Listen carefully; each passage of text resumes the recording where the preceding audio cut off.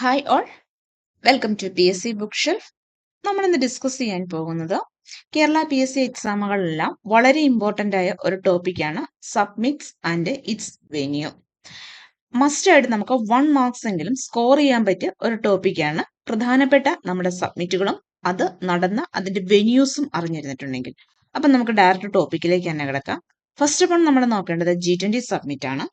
2022 G20 സബ്മിറ്റിന് വേദിയായത് ഇന്തോനേഷ്യയാണ്.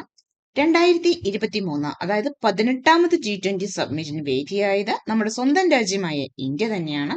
2024 G20ക്ക് വേദിയായത് Brazil ആണ്.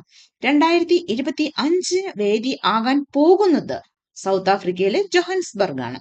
ഇവിടെ വേണമെങ്കിൽ നമുക്ക് 2022 എന്ന് പറയുന്നത് അവോയ്ഡ് ചെയ്യാം. ബട്ട് മസ്റ്റായിട്ടും 2023 നമ്മൾ അറിഞ്ഞിരിക്കണം.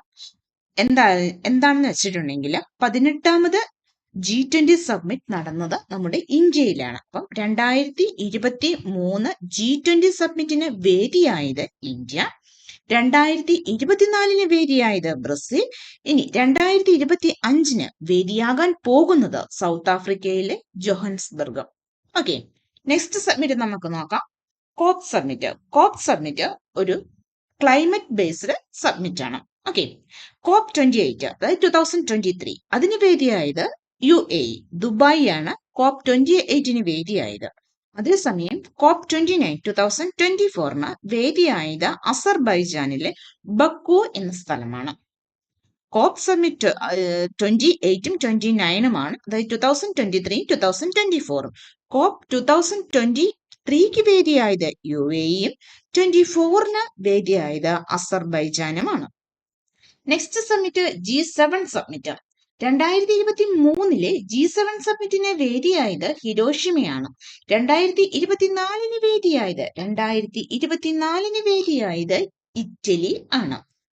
G7 2023 ഹിരോഷിമയും 2024 ഇറ്റലിയുമാണ്. ഓക്കെ, അടുത്തത് very very important BRICS submit. 2023 BRICS submit South ആഫ്രിക്കയും 2024 ബ്രിക്സ് സബ്മിറ്റ് റഷ്യയുമാണ്. ഈ കഴിഞ്ഞിടകളിൽ നടന്ന എല്ലാ എക്സാമുകളും ചോദിച്ച ഒരു ക്വസ്റ്റ്യൻ ആണ്. 16ാമത് ബ്രിക്സ് സബ്മിറ്റ് ആണ് ചോദിച്ചത്. അതായത് 16ാമത് ബ്രിക്സ് സബ്മിറ്റ് എന്ന് പറയുന്നത് 2024 16ാമത് ബ്രിക്സ് സബ്മിറ്റ് എന്ന് പറയുന്നത് 2024 നടന്ന ബ്രിക്സ് സബ്മിറ്റ് ആണ്. അതിന് വേദിയായത് റഷ്യയാണ്. നമുക്ക് വേണമെങ്കിൽ ഒരു കോഡ് ഇട്ട് തന്നെ വിചാരിച്ചിരിക്കാം 16. അതിനകത്തും നമ്മൾ 6 എന്ന് പറയുന്ന ഒരു ഡിജിറ്റ് ആണ് യൂസ് ചെയ്യുന്നത്. എന്നാൽ റഷ്യ എന്ന് പറയുന്നതിന്റെ ഫസ്റ്റ് ഏതാണ്, ലെറ്റർ ഏതാണ്, അതും 6 തന്നെയാണ്. അപ്പൊ 16ാമത് ബ്രിക്സ് സബ്മിറ്റ് നടന്നത് Russia, R for Russia. Okay, next സബ്മിറ്റിലേക്ക് കിടക്കാം നമുക്ക് സാർക്കിനകത്തേക്ക്. സാർക്ക് 2023 വേദിയായത് ശ്രീലങ്കയാണ്. അതേസമയം 2024 വേദിയായത് ബംഗ്ലാദേശാണ്. 2023 ശ്രീലങ്കയും 2024 വേദിയായത് ബംഗ്ലാദേശുമാണ്. അടുത്തത് എൻവയോൺമെന്റ് ഡേ സബ്മിറ്റ് ആണ്.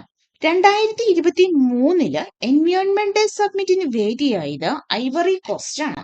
2023 എൻവയോൺമെന്റ് ഡേ നടന്ന വെന്യൂ എവിടെയാണ്? ഐവറി കോസ്റ്റ് ആണ്. 2024 നടന്നത് സൗദി അറേബ്യ ആണ്.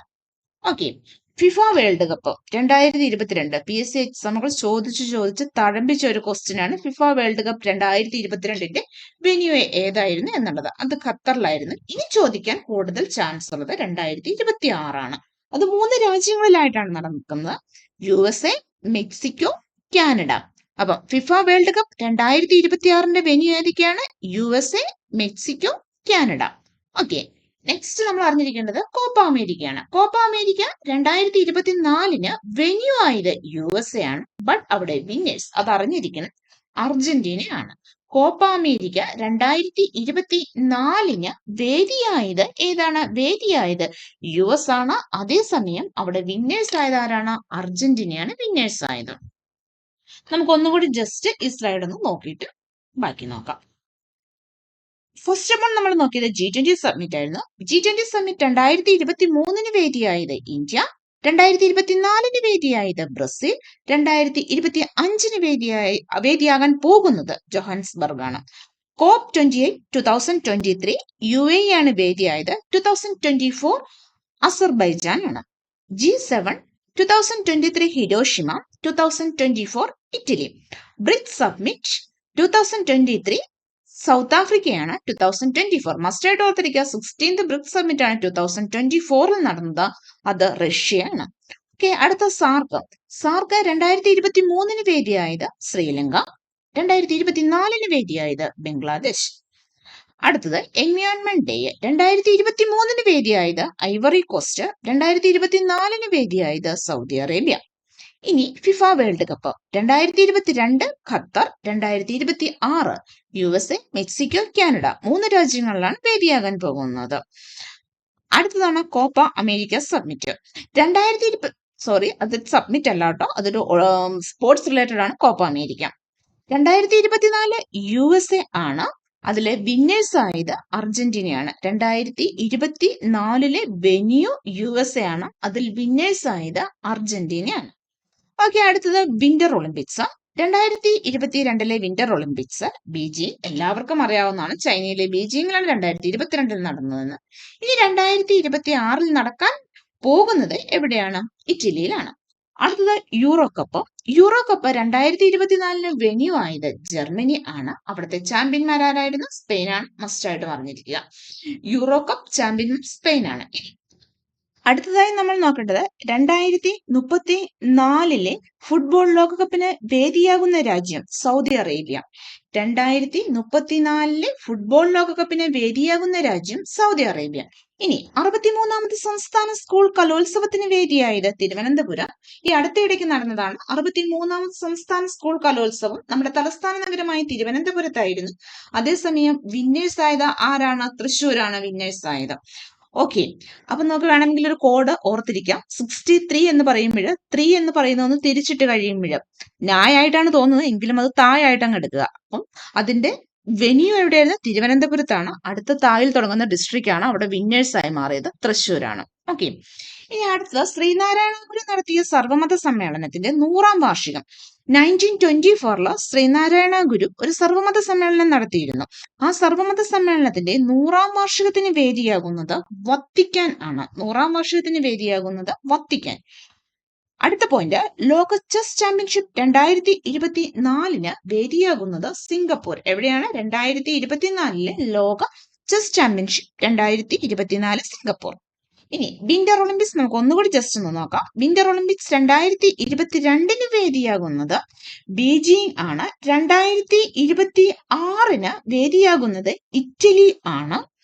യൂറോ കപ്പ് 2024 വേദിയായത് ജർമ്മനിയും അതിന്റെ ചാമ്പ്യന്മാർ സ്പെയിനുമായിരുന്നു. 2034 ഫുട്ബോൾ ലോകകപ്പിന് വേദിയാകുന്ന രാജ്യം സൗദി അറേബ്യ. 63ാമത് സംസ്ഥാന സ്കൂൾ കലോത്സവത്തിന് വേദിയായത് തിരുവനന്തപുരവും അതിൽ വിജയികളായത് തൃശ്ശൂരുമായിരുന്നു.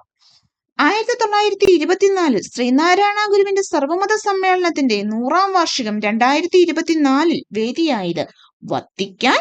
ലോക ചെസ് ചാമ്പ്യൻഷിപ്പ് 2024 വേദിയായത് സിംഗപ്പൂർ. ഇത്രയുമാണ് പ്രധാന സബ്മിറ്റുകൾ. അതിന്റെ വെന്യൂ ഏതൊരു എക്സാമിന് പോകുന്നതിന് മുമ്പ് ഇത് ജസ്റ്റ് ഒന്ന് നോക്കിയിട്ട് പോവുക.